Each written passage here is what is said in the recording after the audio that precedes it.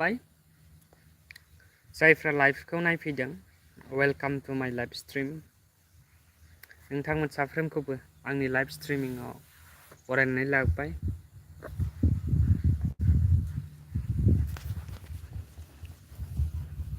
जाय फैदों कमेन्ट खालाम आरो लाइभखौ लाइक खालामनानै गालांब्लानो जाबाय भिडिअ शुटबो खालामनो दंमोन नाथाय शुटखौथ' खालामनो हायो इडिट्सआबो खालामनो हायो नाथाय एमबि गैथ'लाना सोना एसे उसुबिदा जाना दंथ'यो फैसाबो गैया दंथ'योना रां रुपिस मानि गैथ'वा दासान्दि बेनिखायनो आं बारे भिडिअ आपल'ड खालामनो हाया मोनसे आपल'ड खालामनो हागोन लं भिडिअबाथाय मोनसेल' हागोन खान्दा गुसुंब्लाथाय बुरजा हागोन आरो हानायालाय मोननै हागोन गुसुंबाथाय नाथाय गोलाव आपल'ड खालामबाय दिनै बेनिखायनो माबानो हायाखै भिडिअ आपल'ड खालामबावनो हायाखै थ' गोजां बोथोर नालाय सान्दुङाव जिरायना दं आङो दान्दिसे सान्दुङाव जिरायबाबो दसेनो गरम मोनो साहायाव थाबाबो थान्दा मोनो बुजिलासो आं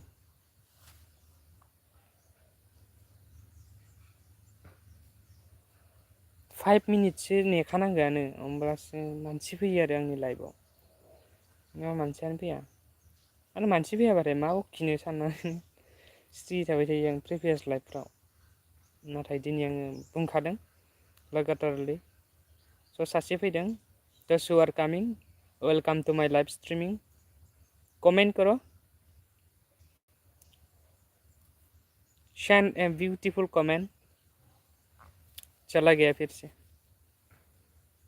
चला गया अरे यार क्या करूँ मैं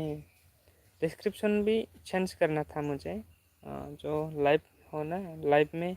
डिस्क्रिप्शन होता है ना उसको भी चेंज करना था मुझे लेकिन अभी तो नहीं चेंज कर पाया मैंने बाद में करेगा वो जो लाइव दे रहा है उस लाइव एंड होने के बाद में चेंज करेगा तो those who are coming my live streaming please send a beautiful comment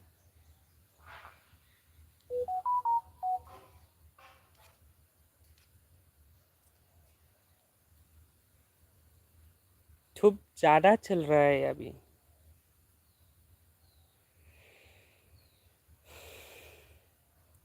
why you are still watching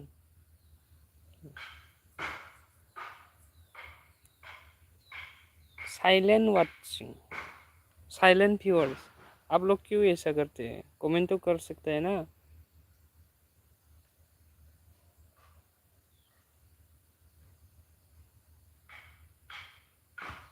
एक भी कमेंट नहीं आया है मेरे pass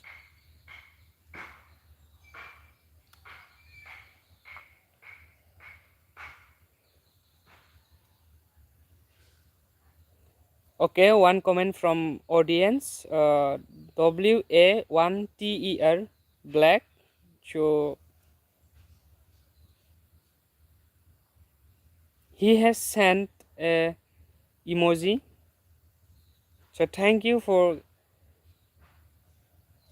send a comment.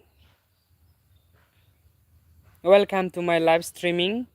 Wow, one third black. And the next comment, Shanirul Gaming, OP. Hi, OP bro.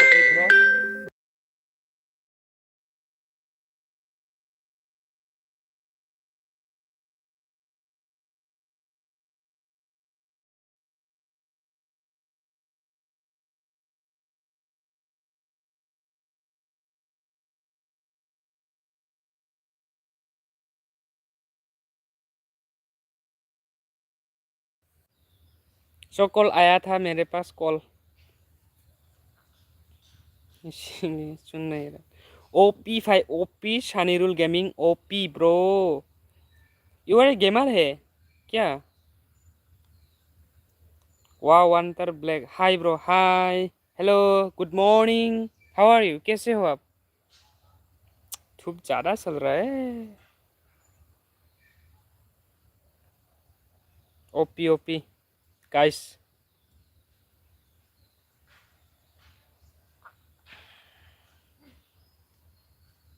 कुछ पूछो मेरे बारे में,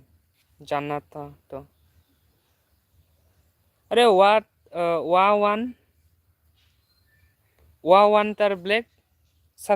sub this channel, okay? Sub this channel. Yes, I need sub. And then Sonirul Gaming also. You can also sub this channel.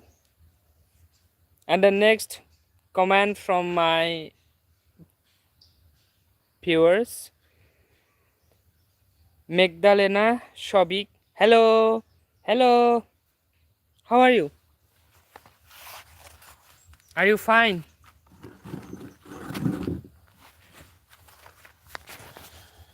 छत चला गया थोड़ी.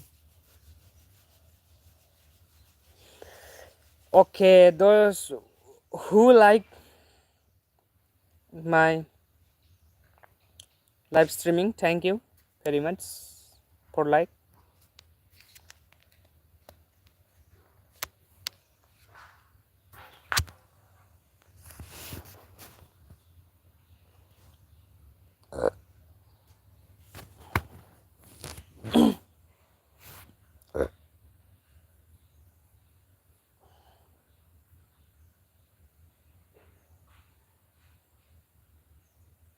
I am waiting viewers.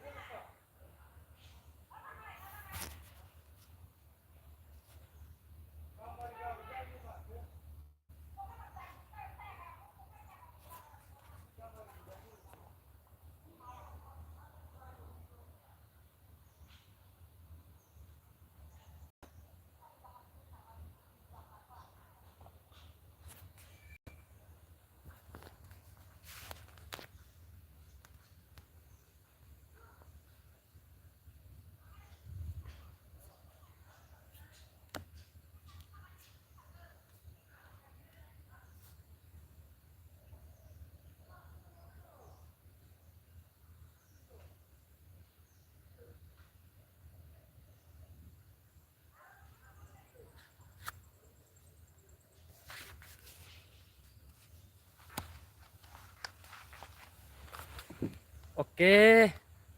come जल्दी come.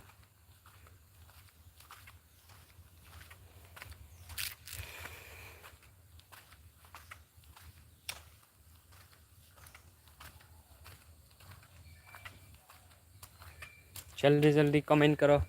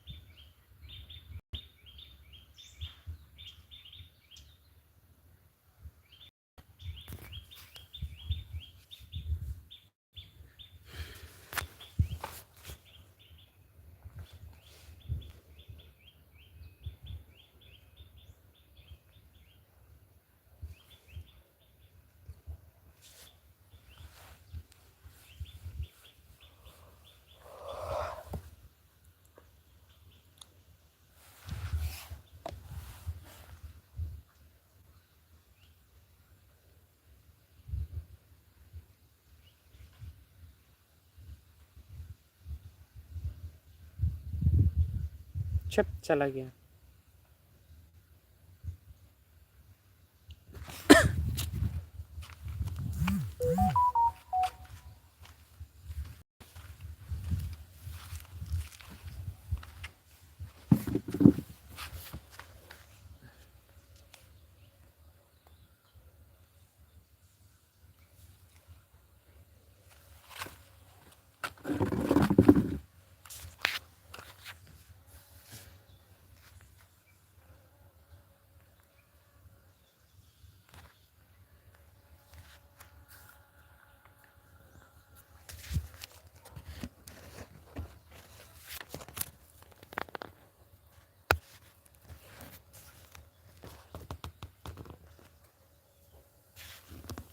हाँ हो गया। गाइस कमेंट करो।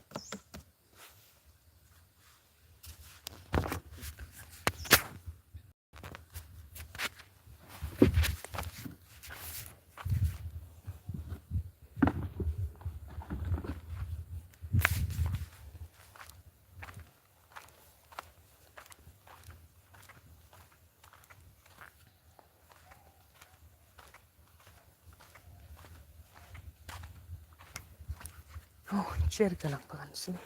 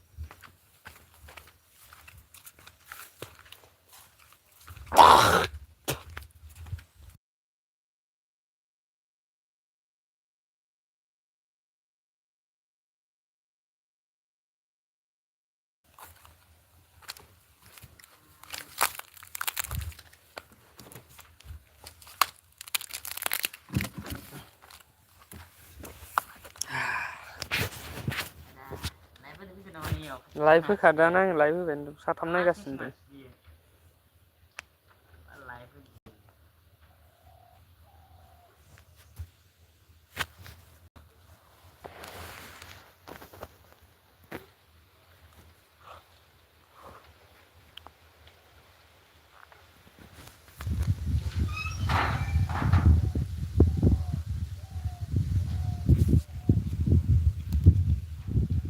नोंनि मबाइलाव अफ जाबाय।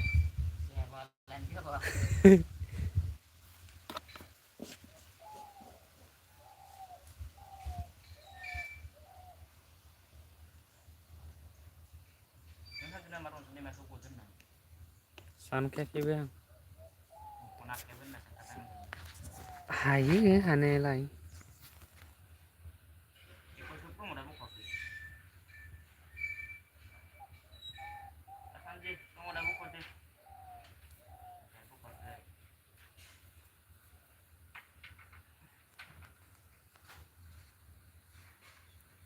Wow, very nice. Danger समायना नुफैदो दै गय बारिखौ आंनि बागानखौ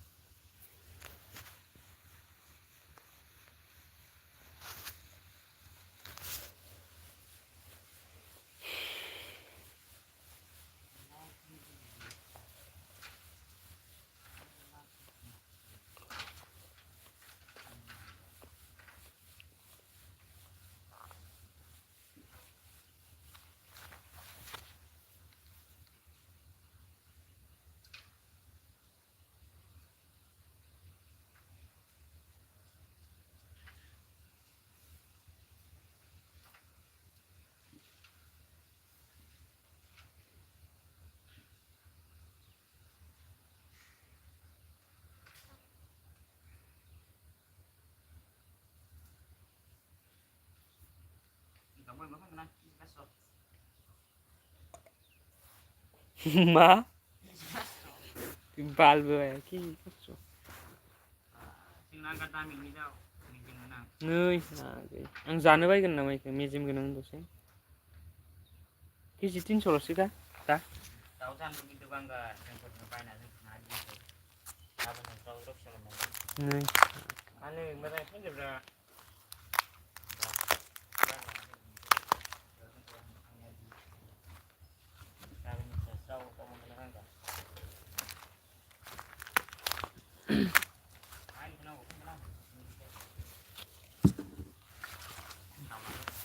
बालबोया दाउलाखौ लेंलाय मानो नांगौसै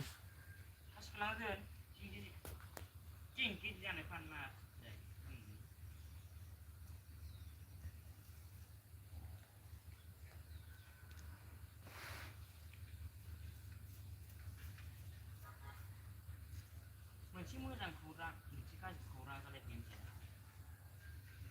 मोजां खौरांखौनो होग्रोनोसै आं जालायो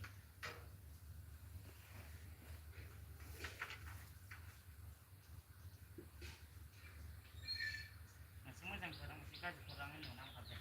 मा मोनसे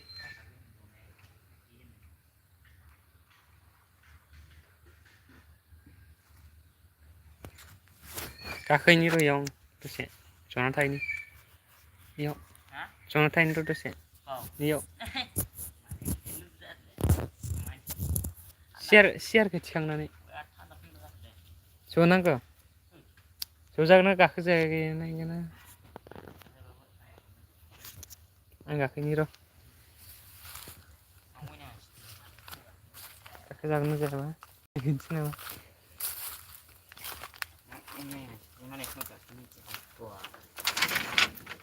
खाखायाखै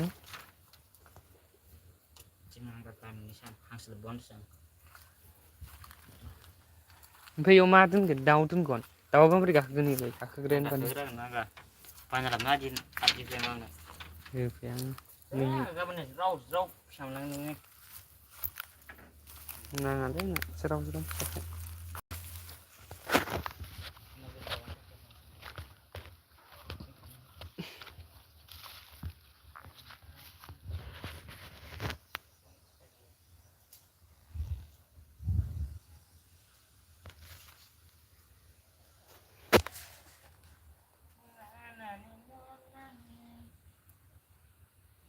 नायबायल' थायो मानसिफोरा कमेन्ट हरा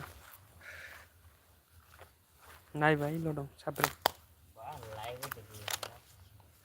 नायबाय दंखायो ओमफ्राय कमेन्टबो हराखै नायबायल' थायो साब्रै नायनानै सानै ओइ दाख्लै नांदो बाल 1.8K नांदो दे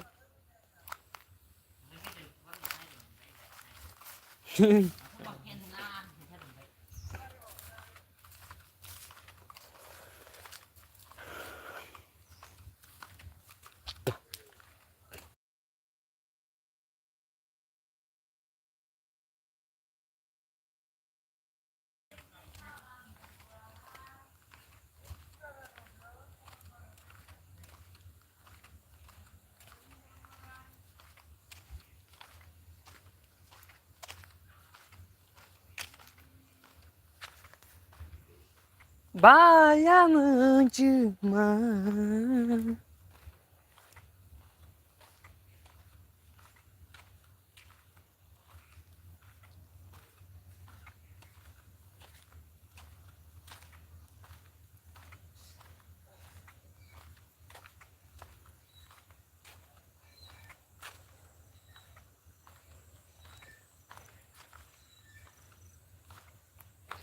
हाजिराफोर मोनगोन ना फैसा गैथ्रा जादोलै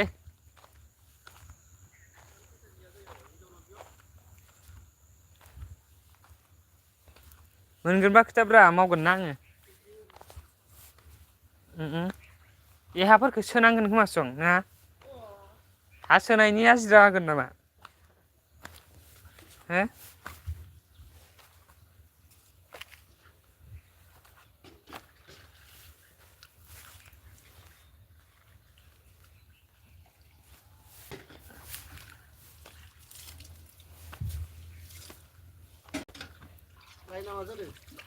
मिथिया हरनिफ्रायनो गैया सं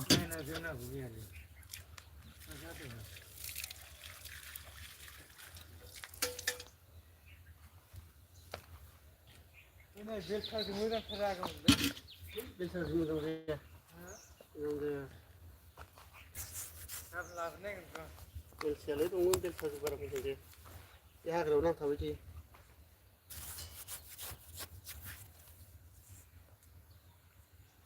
अया आवाज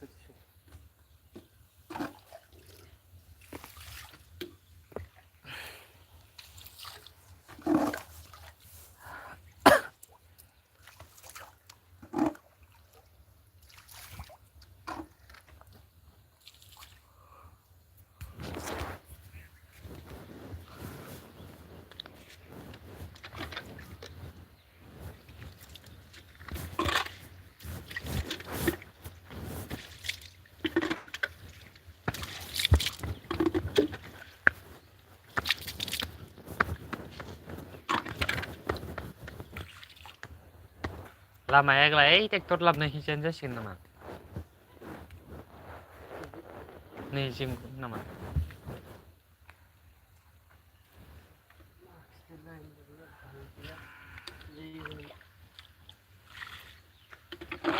दंखलनिफ्राय रोगानो होबाय दं आंखौ होनदोंमोन दंखलनिफ्राय रोगानो होबाय दं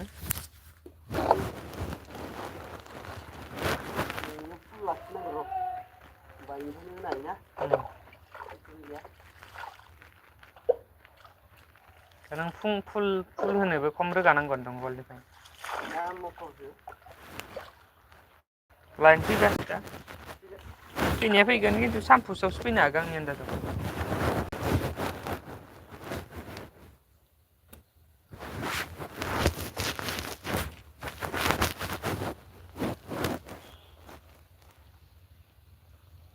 दानसाना सिरिया मिथिया मोनथामल' बुंदो गोजौ जाखादोंना बिखाया खत्थ' गोजौ नाय ओइ हेंग्राजों समान जादों नङा होमबा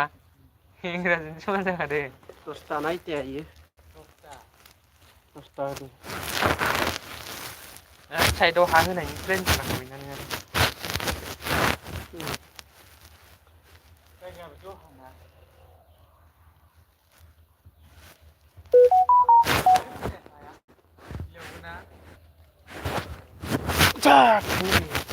सिख्ला मानोथ' सिख्लायाथ' ओंखारबाय नै नमा न'खौल' नै नमा न'आथ' न'नि जागासिगोन ना ओमफ्राय आरो गलिया बै आग बारायबा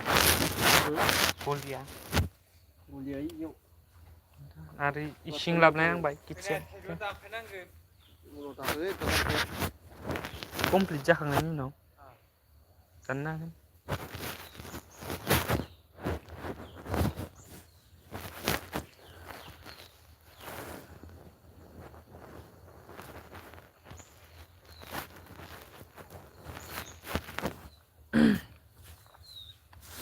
खौरां सान्दि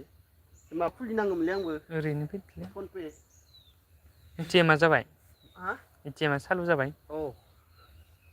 एटिएमआ चालु जाबाय बर'ना जाबाय नांदोंमोन दा बर'ना जाबायानो आं पिन नाम्बारखौसो गोसोआव दंना गैया ओरै जाबाय दं ए मानसियालाय नंगौना नङालै थफथाबो लांनांगोन खावसे गाखोनो है थफथाया मोनगोन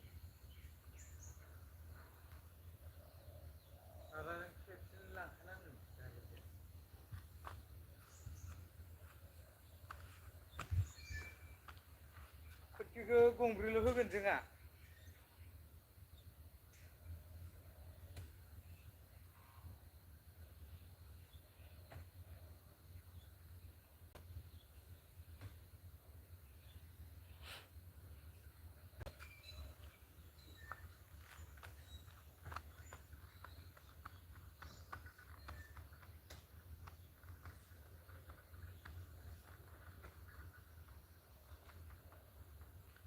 जाखांबाय सालथि जाखांबाय मा ओंख्रि जाखो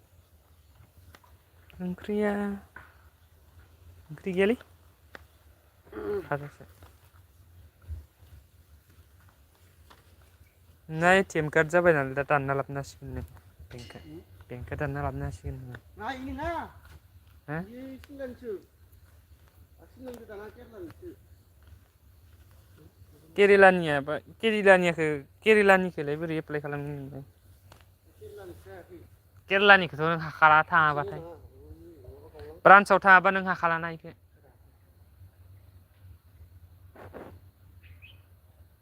गनखौलाय सोर गारना दोनदों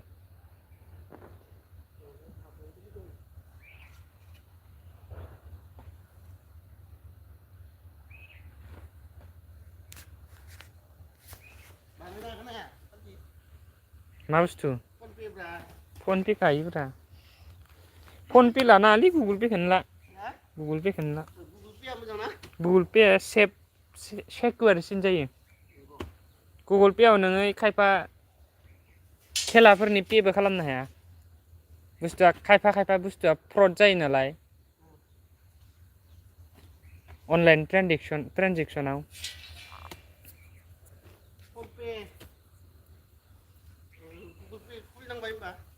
अ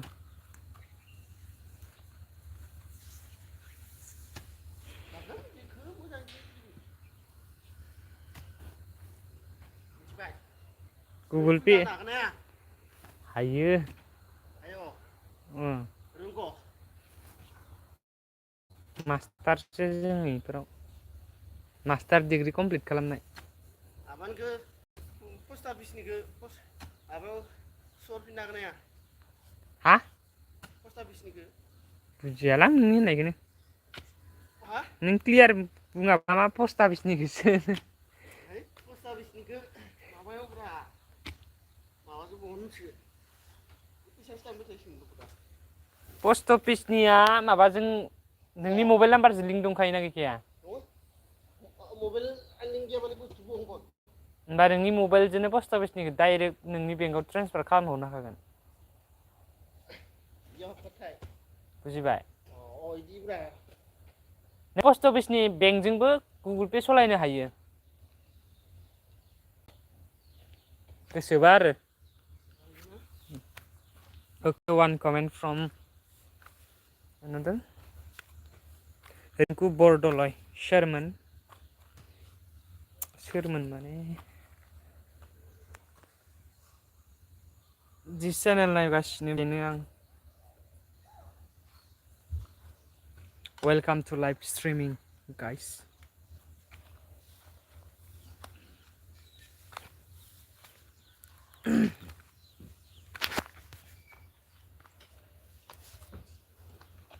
पस्ट अफिसाव फैसा दोनना लाब गैयालै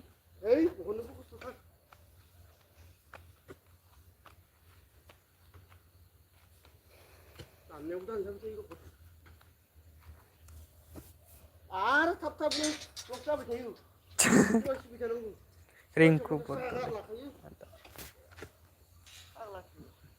रिंकु बरदलै आदा मावबाथाय बेखायनो बानायना होबाय थायो खोमा बिसोरो थाब थाबनो बुस्थुआ कास्टमार मोननायनि थाखाय बानायो खोमा बिसोरो नङा होमबा कास्टमारा फैथारथोलै होननानै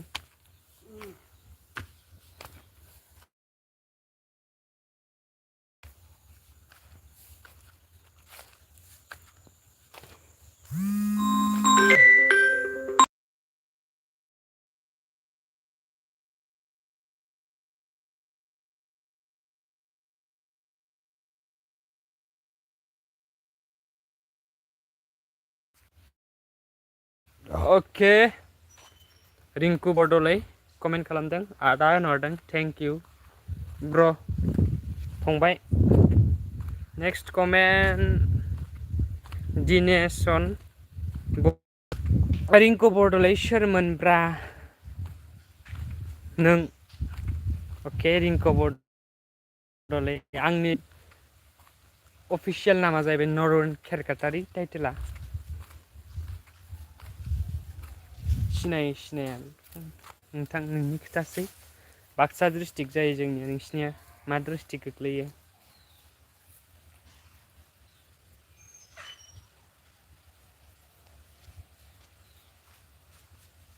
खन्थाइ बर' हाय hi hello' how R U मा खबर मारै दं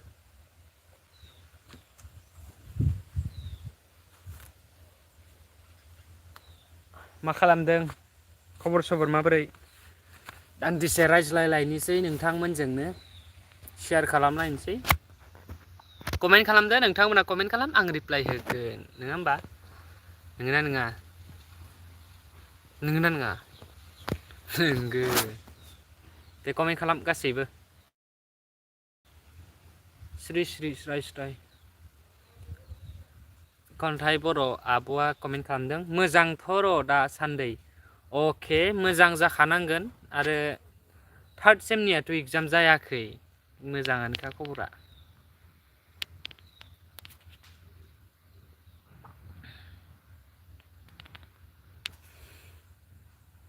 अके एगजामा माब्ला जागोन थार्ड सेमनियालाय आं मिथिलायलाङालै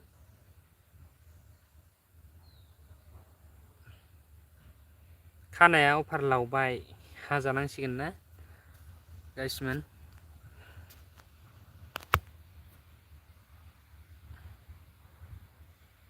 दे कमेन्ट खालामद' दान्दिसे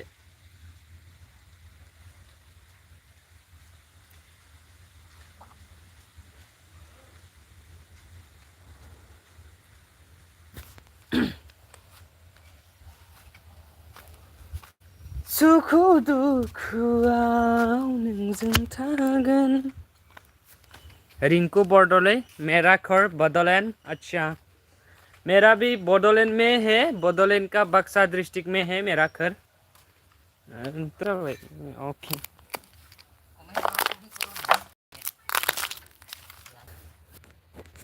सब्सक्राइब भी कर देना क्योंकि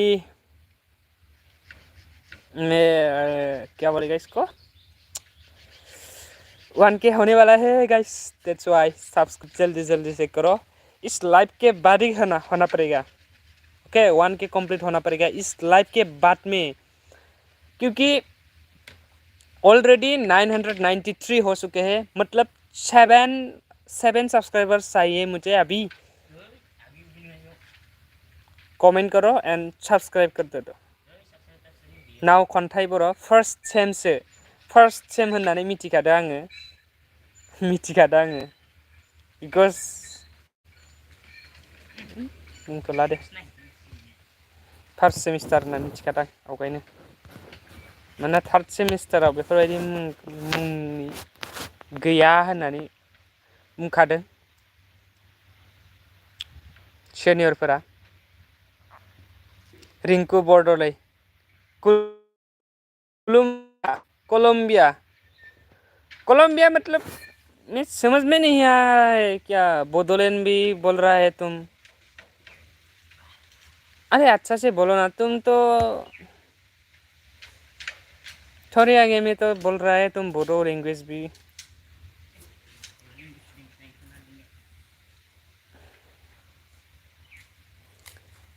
खन्थाइ बर' सोर खिथानाय सेनियर 5 सेमिस्टारनि आदा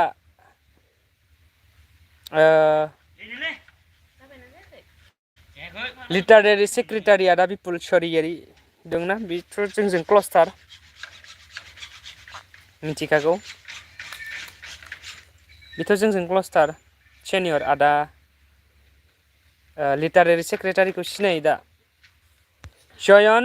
बिथाङा कमेन्ट खालामदों but I will not read this comment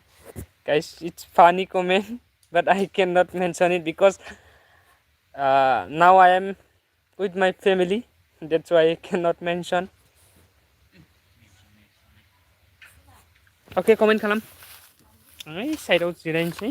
comment खालामदो रिप्लाइ होनोसै आं मोजाङै फानि दान्दिसे रायलायनोसै आरो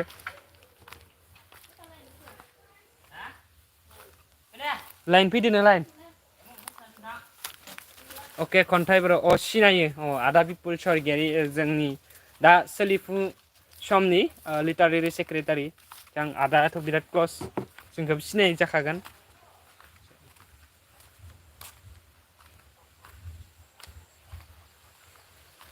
जयन सिनाय जयन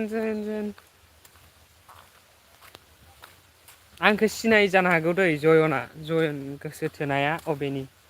स' उनाव मिथिगोन गार्लफ्रेंड दंना गैया बा मा सोर बाद में पता चलेगा लेकिन अभी तो मैं अनाउंस नहीं कर सकता नेक्स्ट जयन माथो मैया एग्जामाव बया लिरदोनो नों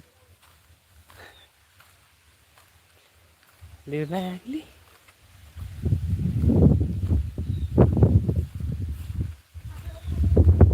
लिरनो हायाखै नेक्स्ट इयाराव एरियर एग्जाम होफिनगोन एरियार होगोन बिकज एरियारसो होखानांसिगोन माने जायासै जि सानदोंमोन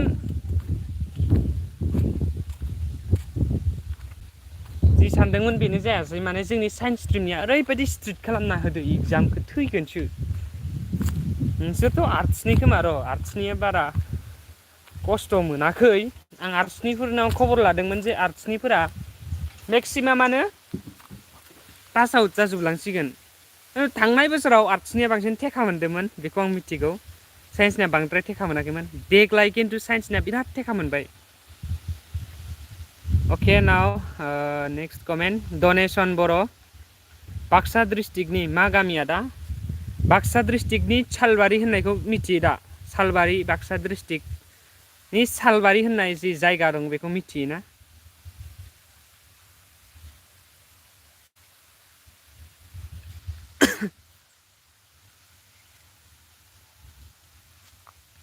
दा डनेसन बर' नोंथाङा लाइभ स्ट्रिमखौ नायबाय दंबा दासिमबो लाइक खालामनानै होलां लाइभखौ ओमफ्राय साबस्क्राइबबो खालामनानै होलां नेक्स्ट कमेन्ट खन्थाइ बर' दंखायो दे गार्लफ्रेन्ड दंबा दङसै नोंनि मा होनो इखो नोंनि अपिनियन हिसाबै दङ आरोना जयन आर्ट्सबाबो आंना बेगलै बाल एख' हायाखै खस्सा मा बुंबावनो आं दा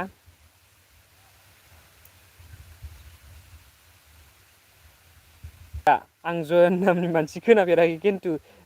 बेलेग जानो हागौ पार्सनेल नामा खिन्थु बेवहाय इउटुबाव जयन ओंखारबाय दं बाट जयन नङाबो जानो हागौ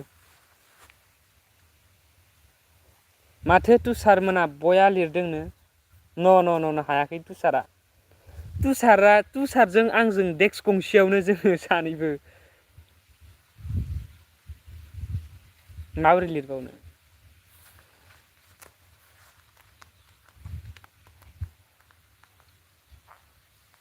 जों सेकेन्ड डेस्कआव दै जों माबा मा रिकानेक्ट जाहां जाफिनबाय थायोलै माबा लाइभआबो डिस्टार्ब रायलायफुनायफ्रावसो ना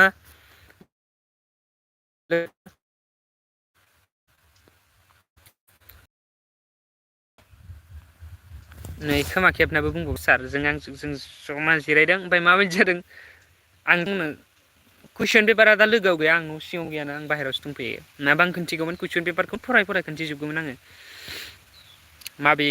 एन्सारखौ जोङो चुज खालामदों बा माबे एन्सारखौ जोङो राइट खालामदों बा लिरदों थ' नेक्स्ट जयन खन्थाइयानो लादोलै सिंगोलसो खायो जयन आंनो जयन नोंनि पार्सनेल नामखौ खिथालाय आं मिथिनो हागोन नोंथ' आर्टस न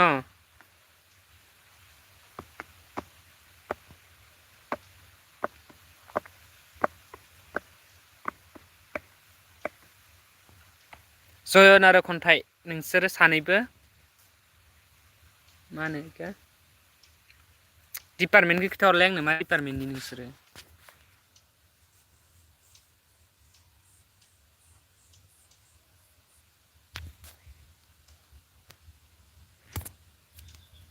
हैद साला जयन्त दहायसो साबसक्राइब खालामना होबाय इयो बावदां माने आं नामखौ सर्टकाटाव लिरदो नोंथाङाबो फैदों जे रोजा रोजा साबायखर थाबाय नोंथांनिसिम आंनि लाइभआव एलबिआव फैनायनि थाखाय हायोबा शेयार खालामनानै हो एलबिखौ वाट्सएप स्टेटासाव जाहाथे बयबो जइन जायो आरो थाबैनो मोजां फिथाइ थायो आरो 1K साबसक्राइबार्स मोननो बेनिफ्राय आं मिनिनो हायो बमा गावनो हायो केक हानो हायो गिफ्टवे लाबोनो हायो बायदि बायदि थ' जयन्त नै नोंनि जेबाबो फैबायलै सेसनो सोर बेलाय हु इज हि सरि हु इज सी होननायसो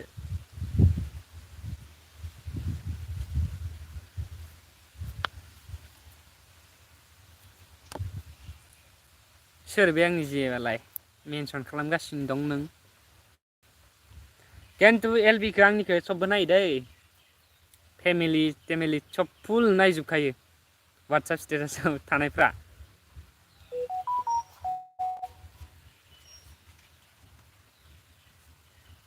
जिखिनि एन्सार होनो हायो आं होगोन हायिखौ होआ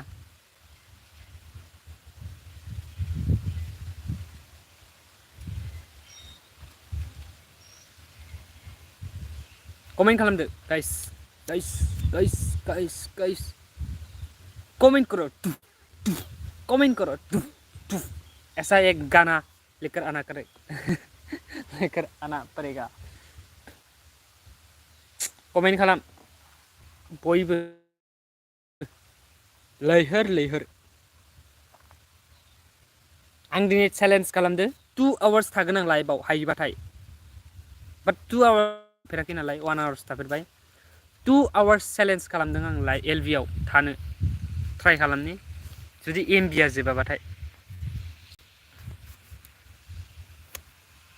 भिडिअ'बो आपल'ड होबावनांगौ दंमोन आं भिडिअ'बो शुट खालामनांगौ दंमोन बाट भिडिअ'खौ आं शुट खालामनो हागोन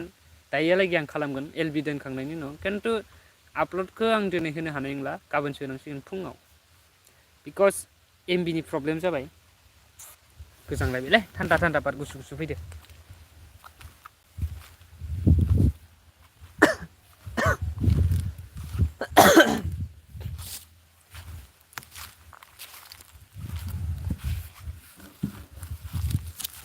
एसे सान्दुं मोननायखाय जिरायबायलां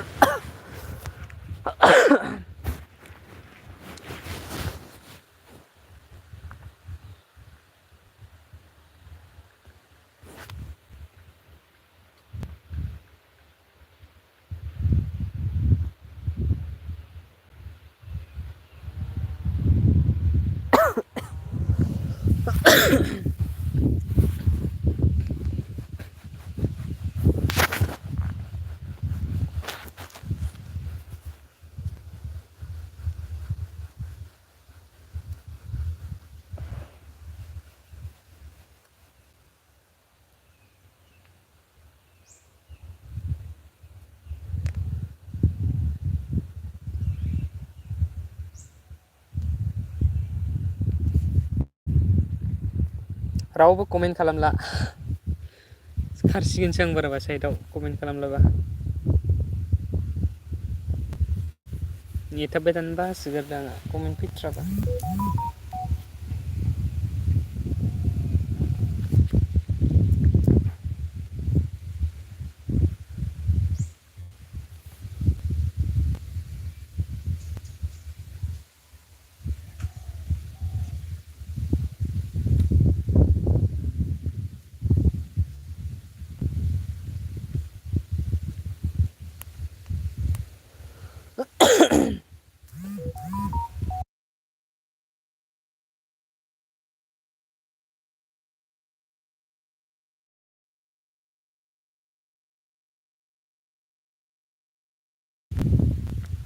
डनेसन बर' गरेस्वर सिनायो गरेस्वर उदालगुरि डिस्ट्रिक्ट ना खिथाहरलाय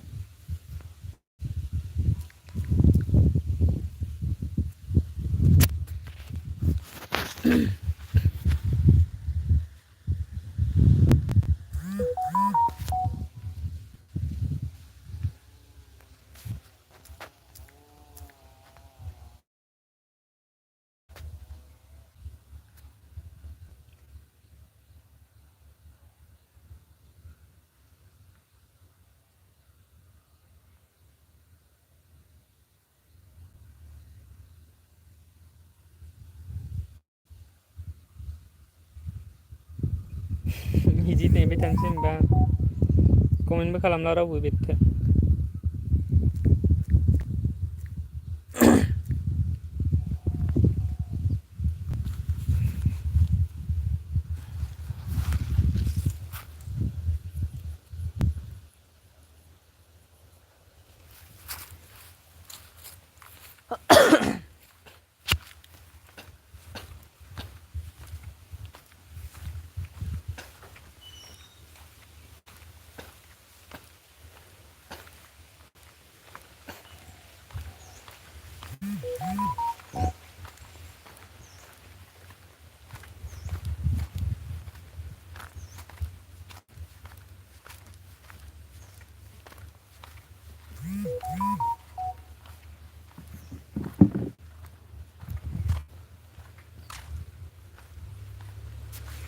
अके नाव धनेसन बर' कमेन्ट खालामदों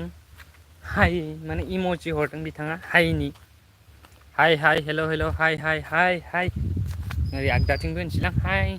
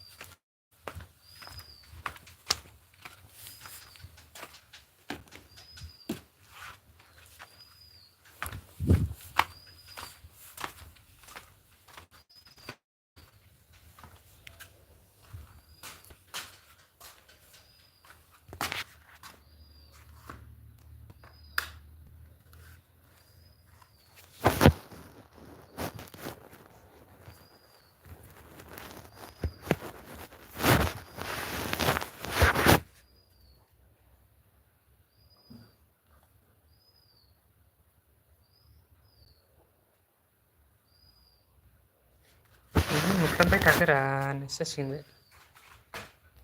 अके 1 आवार्सल' थानोसैलां नेक्स्ट फैफिनगोन आरो एलबिआव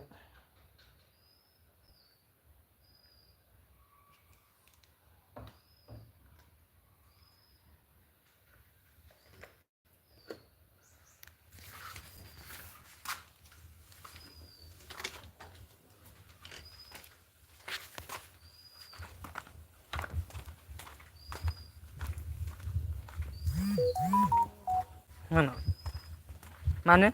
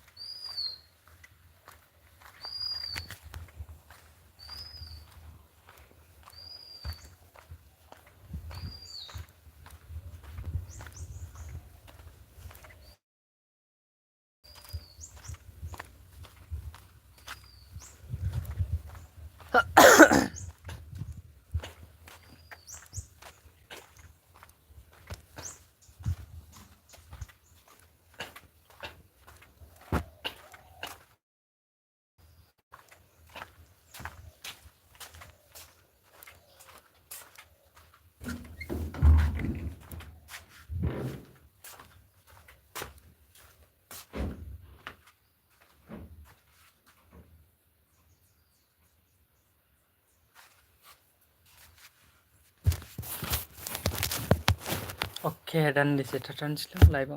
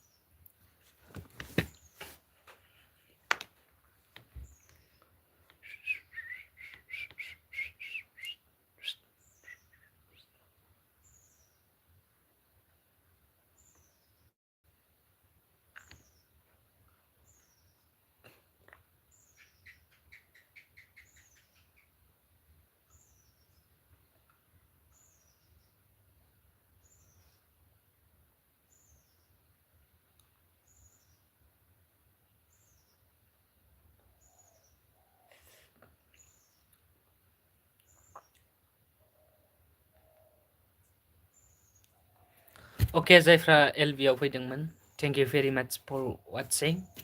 लाभ इउ अल नेक्स्ट टाइम फैफिनबानो जाबाय एलबिआव अके बाय बाय खुलुमबाय मोफ्लामबाय थानायनि थाखायसो बन्द खालामबाय आं दोनथ'बाय लाइभखौ नेक्स्ट एलबि फैब्लाथाय जइन जाफिनबानो जाबाय बयबो